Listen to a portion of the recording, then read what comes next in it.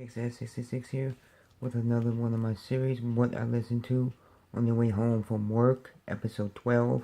What I Listened to on the Way Home from Work, Episode 12. Today, it's not really so much music I listened to on the way home. I listened to a video on YouTube. I listened to 5 recently released metal albums you should check out for today. Now, this is from Color Killer Nation. I wanted to mention this because I listened to it. About his 5 albums you should check out. And one of them, a lot of people know this band, Panopticon, and the new one that came out. They have a bunch of other ones. They came out with one last year, and then the one in 2014. You should check both of those out. They are really, really good. You should check out each and every week. He posts 5 recently released metal albums you should check out. Cover Killer Nation does this every single week. You'll need to check out his other ones, because he shows stuff that I didn't even know about. I didn't even know about, or I've seen it and just haven't checked it out, but he tells me about. If you listen to the video, he talks about it, and it gets me into wanting to check him out and listen to him. So I'm gonna play a little bit of the video and let you hear a little sample of what he talks about, and I'm gonna skip through the video a little bit so I can let you hear a little bit of each album that he talks about, just a little bit. Here I go. Here's the first. Here it goes. But it's been a good darn week for music. And over the past weekend, we spoke about many great albums that came out, but there were still so many left on the table that we need to talk about 5 more of them.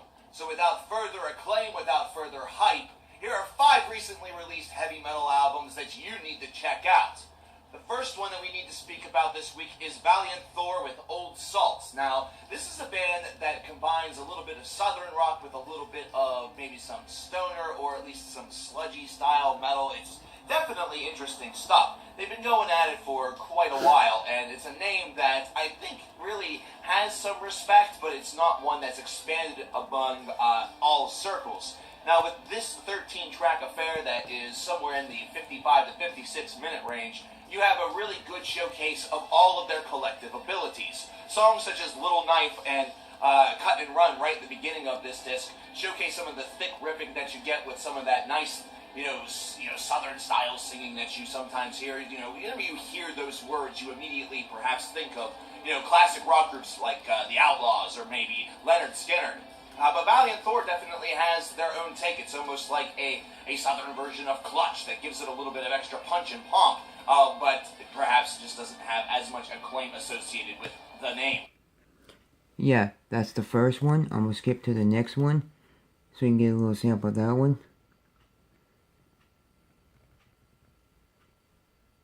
I'm trying to skip just to try to get to the very beginning. Our second offering this week is Thank You Scientists with Stranger Heads Prevail. Now, these guys play a brand of progressive metal that has a lot of people talking. Their instrumentals are wild and very unique. Their vocals have a bit of a higher register to it, but overall is about the composition here.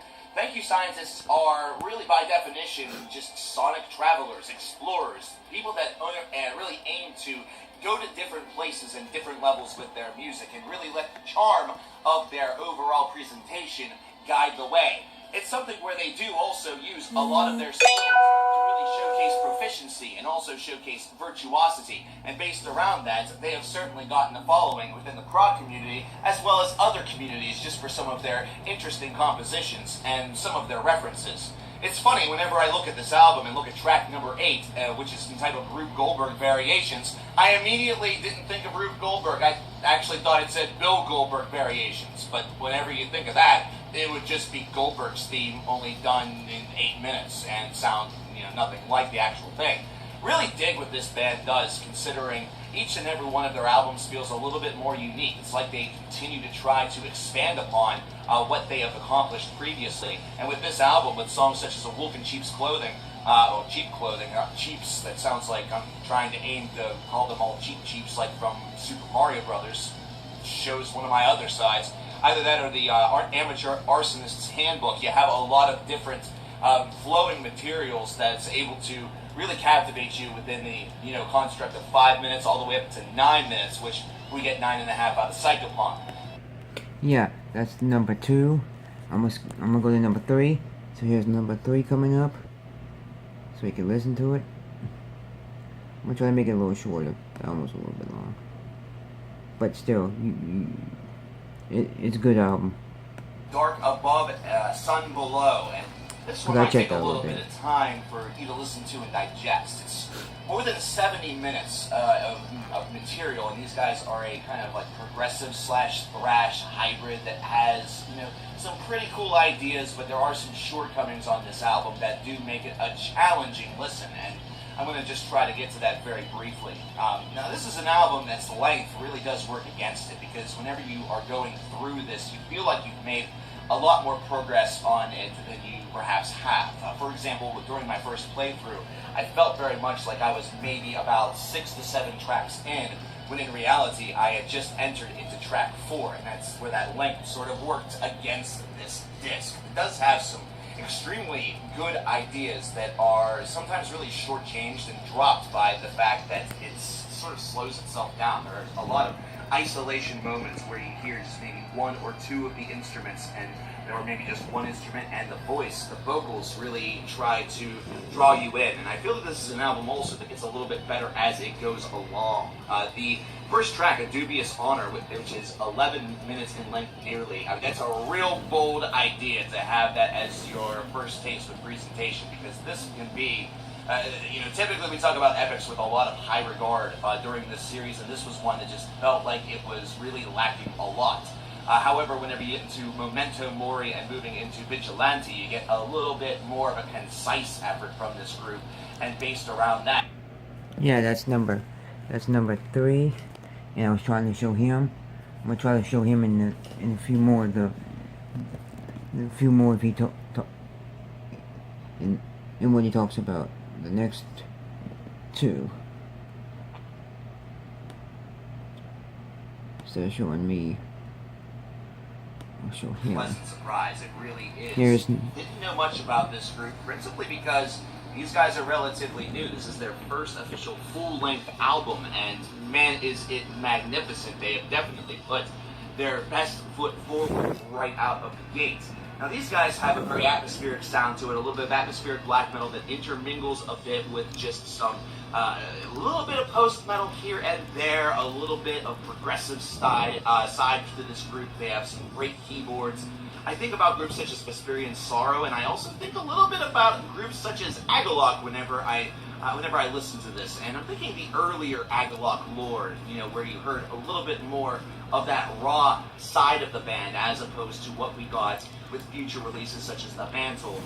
This is just a group that has a lot of different sides to offer to a listener, and it is right there, right in plain view whenever you listen to Abode of a God, which is the second track after your 3-minute introduction, Breathe, Create, Beauty. Abode of a God, being more than 9 minutes, just introduces you to their core sound, and you are wowed by this, considering that it does take you on a bit of a wavery journey, one that does have many different sides and facets to it. But then you go right into Drop This Planet of Dust, and you get this very sorrowful, very mournful track that actually can make you a bit somber and a bit reflective. And right then and there, you should understand that that emotional change that you feel within yourself means that the music is moving you and is giving you that emotional change. And that's another reason why that Agalloch reference really reigns hard for me, considering Agalloch was able to do that with so much of their material.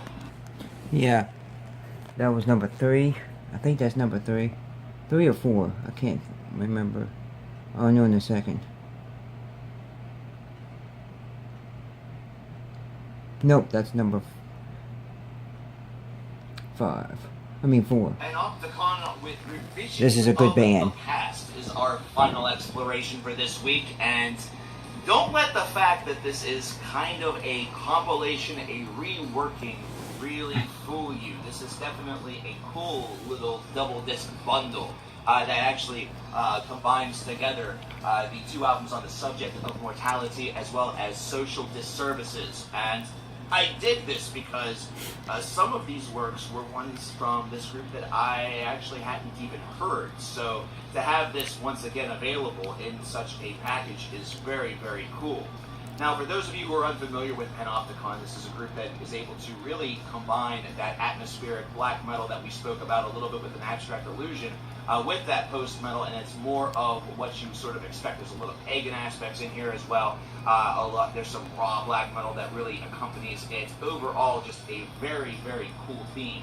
And you get some kind of, very preach-style vocals and lyrics out of this project. And whenever you take a listen to the On the Subject of Mortality side, you're immediately greeted with Living in the Valley of the Shadow of Death, which is an 11.5-minute long just master work that showcases all of the different things Panopticon has to offer. It does showcase that dense, layered, atmospheric blend that then is able to devolve into post-rock. And going into songs such as Living Eulogy or To Make an Idol, man, oh man, you just get sort of this combined effort, and it's one thing to really marvel at a band that's able to shift gears like that, but Panopticon was doing this in the latter portion of the 2000s, where it was just starting to start to infuse its way a little bit into the culture, and it hadn't, this style of music hadn't really reached any sort of, seminal peak, and it wouldn't for another couple of years. So Panopticon, for all intents and purposes, is a true trailblazer of this genre. Yeah, check that one out. That's a really good band. Please check them out and support them, because they're really, really good. And that's about it for what I'm going to show you and let you hear. If you want to hear the whole if you want to watch the whole video, I'm going to have a link in the description box to the video. So it's 5 recently released metal albums you should check out. It came out today, well, early today, because it's almost Thursday, so yeah. So check that out each and every week. He posts that each and every week. So that's about it. Rate, comment, like, subscribe. Tell me if you like his videos, if you've seen his series. Tell me if you like them. Tell me if you found something new. Tell me what you found. Tell me the name in the comment box. Tell me if you watch it every week, whatever. So rate, comment, like, subscribe. Subscribe to my channel so you don't miss out all the great videos I'm posting. I have a bunch of great videos coming in the next few days too. So please keep up to date, because if you don't, you wouldn't get this video about 5 recently released metal albums you should check out. You wouldn't be able to get that if you didn't subscribe. So, and I would like to thank all my subscribers for watching and subscribing to my channel, and even the new ones that subscribe. I have one that subscribed today, so thank you for subscribing to keep up to date, because you're going to get some really cool music, and you're going to find out about new music, new bands, new singles, new anything. So that's about it, and I'm out. That includes this episode.